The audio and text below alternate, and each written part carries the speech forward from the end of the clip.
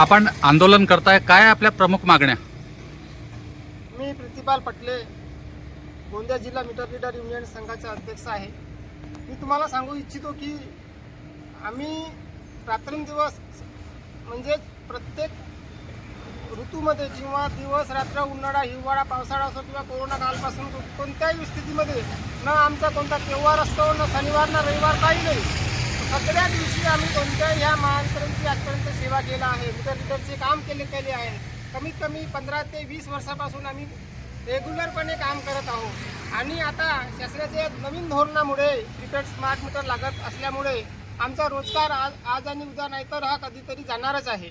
त्यामुळे आम्हाला शाश्वत रोजगार मिळावा या उद्देशाने आम्ही इथं सगळे गोंदिया जिल्ह्यातील त्याचप्रमाणे सगळ्या महाराष्ट्रामध्ये हे आंदोलनाचं काम सुरू आहे. हे आमचं आंदोलन बेमुदत तत्वावर आधारित आहे.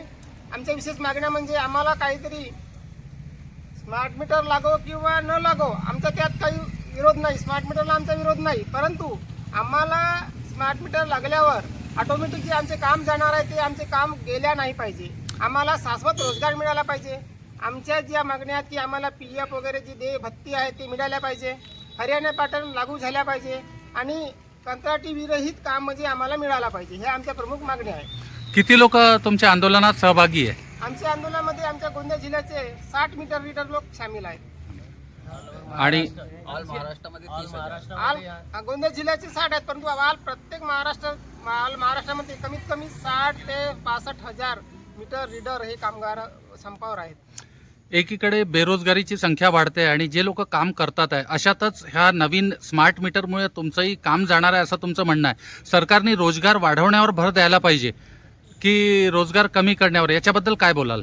सरकार एकीकडे काय म्हणत आहे की आम्ही रोजगार निर्मिती करतो, एवढ्या वर्षामध्ये एवढे रोजगार करतो असे सरकार हे वाऱ्यावर बोलत असतात. परंतु एकीकडे सद्यस्थिती जी अशी परिस्थिती आहे की कित्येक तरी रोजगार हे सरकार त्याच्या हातून शिरवून घेतात. जसे आम्ही स्मार्ट मीटर जर लागतील तर हे कमीत कमी 60 ते 70 हजार मीटर रीडर, तसेच त्याचप्रमाणे बिल वाटप करणारे जे कामगार आहेत ते बेरोजगार होतील. याचाच अर्थ असा की हे रोजगार शासन हिरावून घेत आहे. आपलं आंदोलन करूनही जर सरकारने आपली मागणी मान्य नाही केली तर पुढची आपली भूमिका काय राहील? आमची पुढची भूमिका हेच राहील की जोपर्यंत आमच्या मागण्या पूर्ण होत नाही तोपर्यंत आम्ही बेमुदत संपावर राहू आणि जे मीटर रीडरचे काम आहे किंवा बिल वाटपाचे काम आहे ते टोटली पूर्ण बंदच राहील.